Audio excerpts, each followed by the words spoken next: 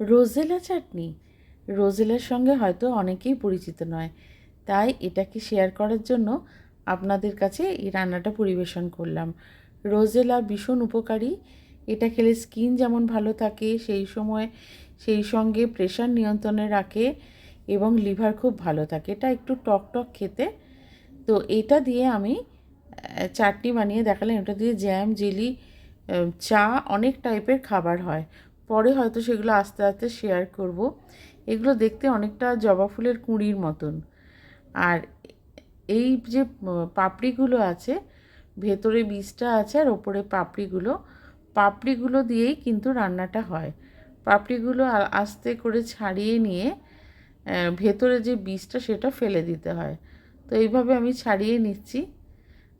ছাড়িয়ে নিয়ে প্রত্যেকটা থেকে পাপড়িগুলো খুলে নিয়ে ভেতরে গোল বীজটা ফেলে দিতে হয়। তারপর এটা ভালো করে ধুয়ে রান্না করতে হয়। এটা প্রচণ্ড টক। তো চাটনি বানালে একটু মিষ্টিটা বেশি দিতে হয়, যে যেমন মিষ্টি খায়। এই সবুজ অংশটা ফেলে দিতে হবে। এই যে দেখছেন পাপড়িটা, এটা দিয়ে রান্নাটা হবে। তো এগুলো আমি সব আস্তে আস্তে ছাড়িয়ে পরিষ্কার করে ধুয়ে নিলাম। এই এতগুলো বেরিয়েছে, 500 গ্রাম মতন আমি রান্না করছি। এগুলো ছাড়িয়ে নিয়ে তারপর আমি কড়াইতে, যেমন আমরা চাটনি বানাই সেরকম একটু সর্ষে ফোড়ন দিলাম। সর্ষের ফ্লেভারটা যখন বেরিয়ে এলো, তখন আমি একটুখানি তেলের মধ্যে মিশিয়ে নিয়ে তারপর এই রোজিলা, যেগুলোকে টক ঢ্যাঁড়স বলে, চুকাই বলে, এগুলো আমি দিয়ে দিলাম। তারপর একটু কড়াতে গরম হলো কি হলো না, ভেতর থেকে পুরো রসটা বেরিয়ে আসে। তারপর দিয়ে দিলাম এর সঙ্গে নুন।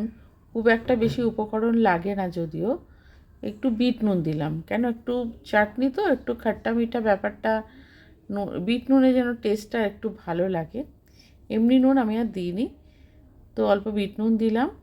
আর নাড়তেই আর একটু দিয়ে দিলাম গুড়, কেন চিনি এখন না খাওয়াই ভালো। তো ভালো করে নেড়ে চেড়ে নিয়ে একটু মেশাতেই ভেতর থেকে একটা কাত মতন বেরিয়ে এলো।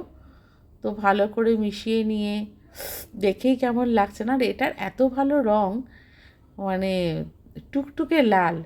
রোজিলা বলেছে না, অনেকটা রোজের মতন।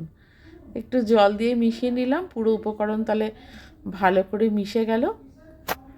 মানে 5 মিনিটও লাগে না রান্নাটা করতে।